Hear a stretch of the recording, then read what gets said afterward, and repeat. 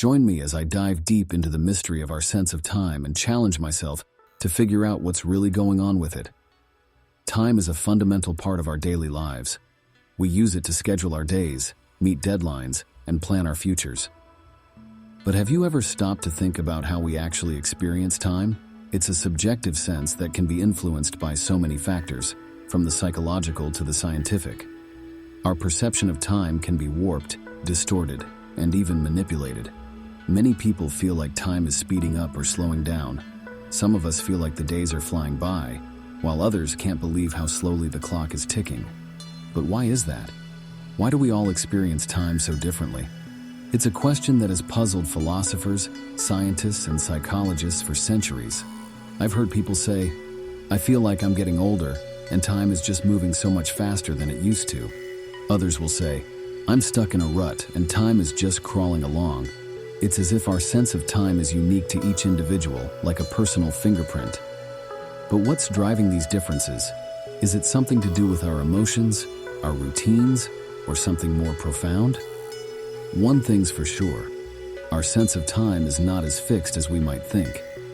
In fact, research has shown that our perception of time can be influenced by everything from our age to our emotional state. As we get older, our sense of time tends to speed up.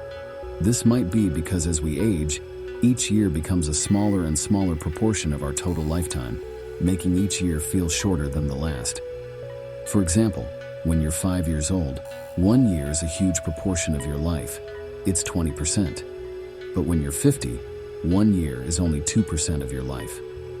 So as we get older, each year feels shorter and shorter, making time seem to speed up. But that's not the only factor at play. Our routines can also influence our sense of time. If you're stuck in a routine, doing the same things every day, time can start to feel like it's dragging.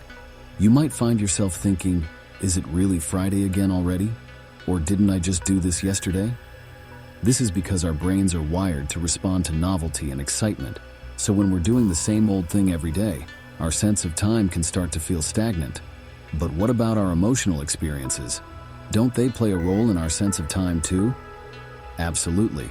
Research has shown that time can seem to slow down or speed up depending on how we're feeling. For example, if you're in a state of fear or anxiety, time can seem to slow down. This is because our brains are processing information more quickly, making time feel like it's dragging. On the other hand, if you're having fun or experiencing something new and exciting, time can seem to fly by. This is because our brains are less focused on the passage of time and more focused on the experience itself. So it's clear that our sense of time is influenced by a whole range of factors, from our age and routine to our emotions and experiences. But there's one thing that really stood out to me when I was researching this topic. Did you know that our brains have an internal clock that helps us keep track of time?